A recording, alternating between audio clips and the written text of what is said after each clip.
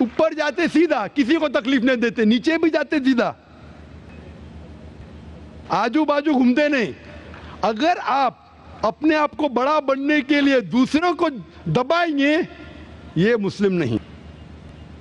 تو اگر میں مانوں آپ کی بات کو کہ ہر جیوت انسان کو بھائی چارہ کروں, تو مجھے جینے کا حق ہی نہیں, کسی کو جینے کا حق نہیں ہے. لیکن اس کا مطلب یہ نہیں کہ ہم دوسرے جیوت لوگ کو تکلیف پہنچائیں جان بوجھ کے. اسی لیے اسلام میں جب محمد صلی اللہ علیہ وسلم پیغام دیے عرب دیشوں میں, عرب ممالک میں, تو لوگ نے کہا یہ کیسا انسان ہے. جب اللہ کے رسول نے کہا کہ اونٹ کے اوپر زیادہ وزن مت ڈالو, حرام ہے, گھوڑے کو زیادہ تکلیف مت دو, تو لوگ کہنے لگے یہ تو ابھی انسانوں کی حقوق کی بات کر رہا تھا, ابھی جانوروں کے حقوق کی بات کر رہا ہے. اللہ کے رسول فرماتے جب ایک شخص آگ اگاتا, بولتے آگ کو بجھاؤ, کیوں؟ ادھر چیٹیاں مر رہے ہیں. اس کا مطلب جان بوجھ کے کوئی بھی جیوت چیز کو مارنا حرام ہے, صرف انجانے میں اجازت ہے, یا جس کی اجازت خدا نے آپ کو دی ہے, جس کی اجازت دی ہے خدا نے. مثال کے طور پہ منوسمرتی میں چیپٹر نمبر 5 شلوکا نمبر 31 میں لکھا گیا ہے کہ خدا نے کچھ جانوروں کو بنائے کھانے کے لیے اور کس کو خوراک بننے کے لیے. Some to be eaten, some to eat. اگر وہ کھانے والا جانور دوسرے جانور کو کھاتا ہے جس کو خوراک کے لیے بنایا ہے, تو کوئی گناہ نہیں ہے. منوسمرتی چیپٹر نمبر 5 شلوک نمبر 30 میں اگر آپ اس جانور کا قتل کرتے جو کھانے کے لیے بنایا گیا تو آپ گناہ نہیں کر رہے. منوسمرتی چیپٹر نمبر 5 شلوکا نمبر 39 میں سیکریفائسل اینیمل, جو اینیمل قربانی کے لیے بنائے گئے اس کی قربانی دینا گناہ نہیں ہے. میں کیوں ہندو دھرم سے کہہ رہا ہوں, مسلم سے بھی کہہ سکتا ہوں, بہت سے حوالے. اس کا مطلب ہمیں کسی کو تکلیف نہیں دینا چاہیے. لیکن اگر انجانے میں چلتے چلتے چیٹی مر گئی تو آپ باہر چلے نہیں سکیں گے, آپ سانس لیں گے جرم, تو اللہ تعالیٰ نے جرم کو پیدا کیا ہے مرنے کے لیے عام طور پہ, تو آپ گنہگار نہیں. معلوم کچھ جین لوگ ماسک پہنتے تو بھی مرتے, پانی کو ابالتے, ابالنے سے مار رہے, ابالنے پانی پی کے فائدہ کیا؟ اندر مارنے کے بدلے باہر مار رہے, کیا فائدہ؟ یہ ممکن ہی نہیں ہے. لیکن جان بوجھ کے کوئی جانور کو, اور ایک مثال دوں گا, ہمارے خطیب جمعہ نماز پڑھائے تھے کل ڈاکٹر عثمان, ان نے اپنے خطبے میں مثال دی تھی. کیا ایک عورت تھی جو بہت بے حیا تھی, کیا کہیں گے, جو عام طور پہ لوگوں کی زینت تھی. میں لفظ اردو ذرا میری کمزور ہے, میں کسی کو ٹھیس نہیں پہنچانا چاہتا, انگلش میں کہیں گے ناٹ وتھ گڈ کیریکٹر, بازاری عورت. ذرا میں ایسے لفظ نہیں استعمال کرنا چاہتا کسی کو چھوڑ پہنچے. تو بازاری عورت تھی جو بہت گناہ کرتی تھی, لیکن ایک وقت ایک کتے کو پانی پلایا تو اللہ کے رسول فرماتے صرف وہ ایک اچھے عمل کی وجہ سے خدا نے اسے جنت میں ڈالا. بازاری عورت غلط کام کرتی ہے, زنا کرتی ہے, ایک عمل کیا کی, ایک کتے کو پانی دی, انسان کو نہیں کتے کو, اور اللہ اسے جنت میں ڈالتا ہے. دوسری طرف ایک اچھی عورت, نیک عورت, لیکن ایک بلی کو بند کرتی ہے, چین کر کے رکھتی ہے, اس کی آزادی کو قید کرتی ہے, اللہ تعالیٰ اس کو جہنم میں ڈالتا ہے, نرک میں ڈالتا ہے. اسے کہتے جانوروں کے حقوق. مطلب جانوروں کے بھی حقوق اسلام میں ہیں.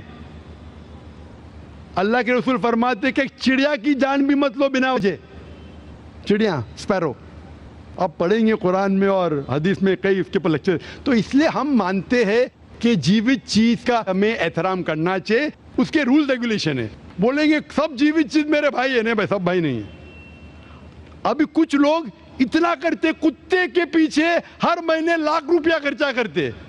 ارے غریب لوگ مر رہے, لاکھ روپے سے 10 گھر ہر مہینے لاکھ روپیہ اپنے پوڈل کے اوپر ڈالتے ہیں.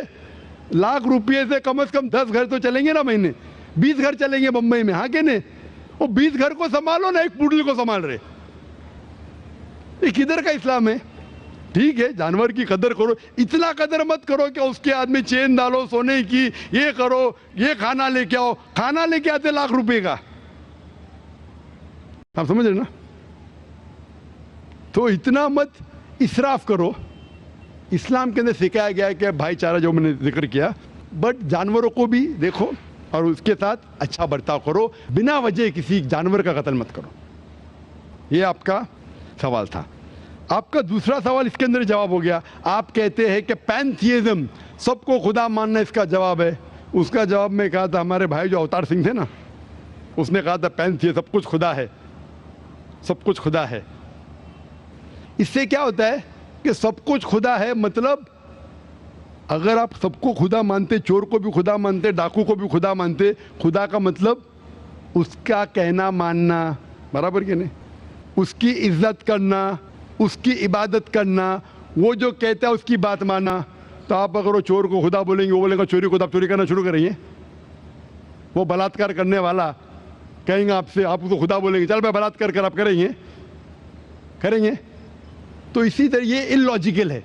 خدا ایک ہے اور صرف اس کی عبادت کرنا چاہیے. اور یہ جو فلسفی ہے, یہ فلسفی جو آپ بول رہے کدھر سے آئی, اسے کہتے ہیں اینتھروپومورفزم. کیا کہتے ہیں؟ اینتھروپومورفزم مطلب گاڈ نے ہر چیز کی شکل حاصل کی. اور اس کے اندر ایک فلسفی ہے کہ خدا اتنا پاک, اتنا نیک, وہ جانتا نہیں کہ کس طریقے سے انسان کو تکلیف ہوتی ہے. اور یہ اینتھروپومورفزم جو فلسفی ہے, خدا الگ الگ چیز میں شامل ہوتے ہیں. اور کئی مذہب اسلام کے علاوہ, کوئی مذہب کہتا ہے کہ خدا ایک بار انسان کا روپ حاصل کیا, کچھ مذہب کہتے ہیں انیک بار. اور ان کی لاجک ہے کہ خدا اتنا پاک, اتنا نیک, اتنا مہان, اسے پتہ نہیں انسان کی تکلیف کیا ہے, انسان کو کس چیز کا برا لگتا ہے.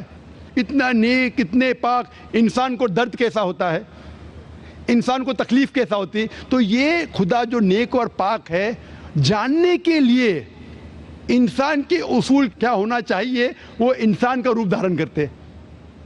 یہ فلسفی ہے اینتھروپومورفزم کی.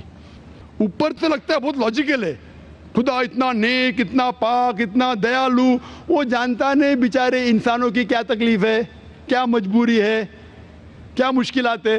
تو انسان کا روپ دھارن کیا لکھنے کے لیے کیا انسان کے لیے اچھا ہے برا ہے. اوپر سے دیکھیں تو بہت اچھا لگتا ہے, لیکن تحقیق کریں گے منطق سے تو ایک دم ہی غلط. مثال کے طور پہ اگر میں نے ایک ڈی وی ڈی پلیئر بنایا, ڈی وی ڈی پلیئر, کیا مجھے ضروری ہے کہ میں ڈی وی ڈی پلیئر بنوں یہ جاننے کے لیے ڈی وی ڈی پلیئر کے لیے کیا اچھا ہے کیا برا ہے؟ ضروری ہے نہیں.